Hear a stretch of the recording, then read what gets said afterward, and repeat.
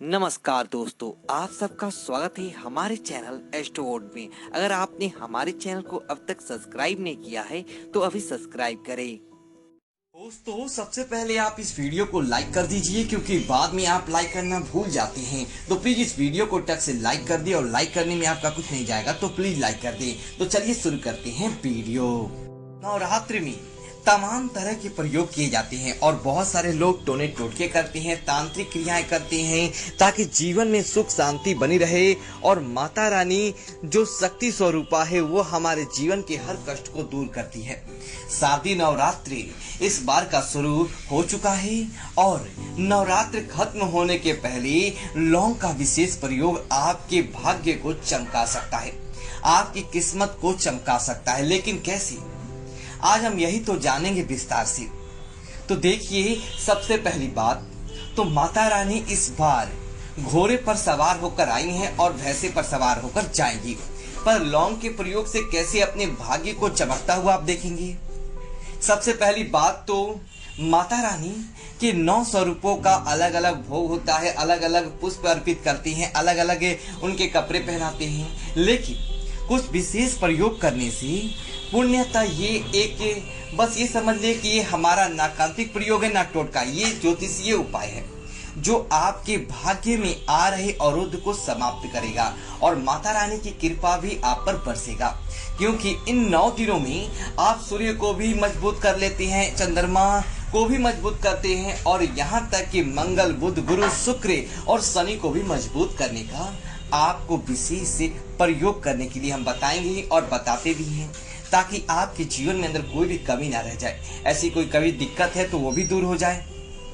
तो माँ को प्रसन्न करने के लिए एक बार हमेशा याद रखें कि 9 के 9 दिनों में सात्विक भोजन कीजिएगा। बाल कटवाना, दाढ़ी बनवाना मना है, और झगड़े, लड़ाई, बात विवाद की चीजें बिल्कुल भी ना करें, नहीं तो माता रानी रुष्ट हो सकती है आपसे। और इन 9 दिनों में किसी को भी भूल कर भी फटे पुराने कपड़े मत दे। अगर देना ही है तो ढंग के कपड़े दें, और किसी को गाली गलौज करना, झगड़े लड़ाई करना, अशब्द बोलना जैसी चीजें मत कीजिएगा, वरना पूजा का फल आपको पूरा नहीं मिलेगा। और गिफ्ट के रूप में कम से कम रुमाल, या जैसे कि काले कपड़े हैं, या फिर नुकीले चीजें हैं, जूते चप्पल, ये सब चीजें मत दीजिएगा। आपको एक ही वीडियो के माध्यम से बता रही हैं, क्योंकि आप बार बार ये वीडियो देखना पड़े, इसलिए एक ही बार जान ले। तो कुछ चीजों का ध्यान आपको रखना चाहिए। चलिए समझते हैं कि लौंग के प्रयोग से कैसे आप अपना भाग्य को बदल सकते हैं। कभी कभी क्या होता है, आपकी ढेर सारी विशेष होती हैं, मनोकामनाएं होती हैं, जिसको पूर्ण करने के लिए आप दिन रात मेहनत तो करते हैं, पर पूर्ण नहीं हो पाती। क्या करेंगे, आपकी कोई भी मनोकामना हो, शीघ्र विवाह की, नौकरी की, व्यवसाय की, घर का या फिर संतान का, हर मनोकामना पूर्ण करेगा यह प्रयोग। क्या करेंगे, 27 लौंग ले लें, याद रखिए 27, बिल्कुल साबुत लीजिएगा, टूटा फूटा हुआ मत लीजिएगा। अब लाल धागा या मौली धागा ले लें, आपके घर में मौली धागा होगा। फिर इन 27 लौंग को एक एक करके इस धागे के सहारे गूंथ गूंथ कर, आप चाहे तो सुई धागा के सहारे गूंथ सकते हैं। उसके लिए लौंग को आपको आधे घंटे पानी में भिगोना होगा, फिर गूंथिए। और ऐसे ही बांध कर करना चाहते हैं तो डायरेक्ट कीजिए, भिगाने की आवश्यकता नहीं है। जब यह लौंग आप बना ले, लौंग का माला बनाएंगे, उस समय माता रानी के मंत्र को जप करें, माता रानी से प्रेयर करते रहे, माता रानी से अपनी मनोकामनाएं दोहराएं। बनाने के बाद वैसे रेडीमेड भी बाजार में लौंग की माला मिलती है, लेकिन बड़े बड़े टाउन में मिलते हैं, छोटी छोटी जगह पे नहीं मिलते। आप वहां पर बना लीजिए, बना सकते हैं आप। अब जो पुरुष है, माता रानी के चरणों में अपनी मनोकामना कहते हुए माला अर्पित कर दें, और जो महिला है वो माता रानी को पहना दे।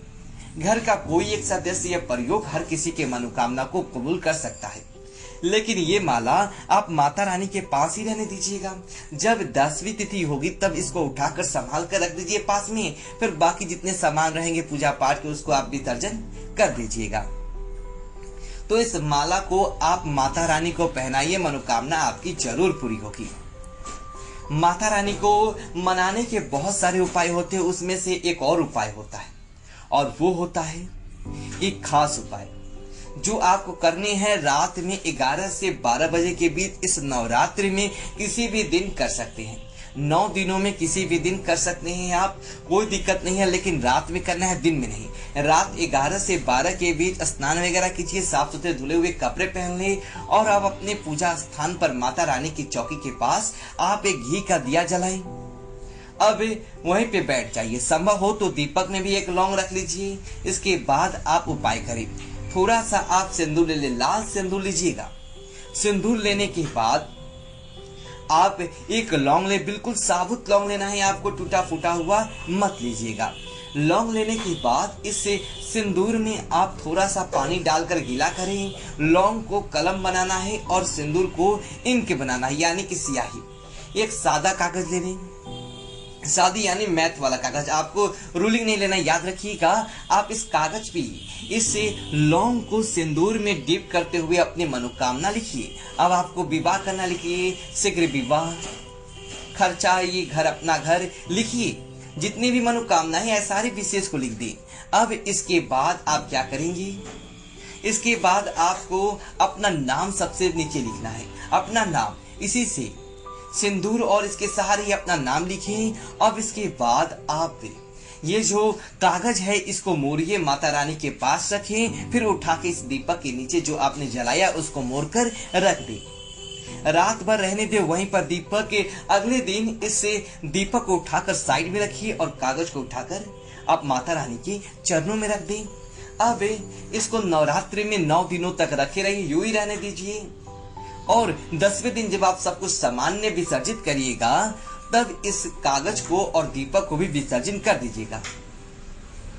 इससे क्या होगा ना, आपका जो विशेष है, जो विषय है, जो आपकी मनोकामनाएं हैं वो पूर्ण हो जाएगी।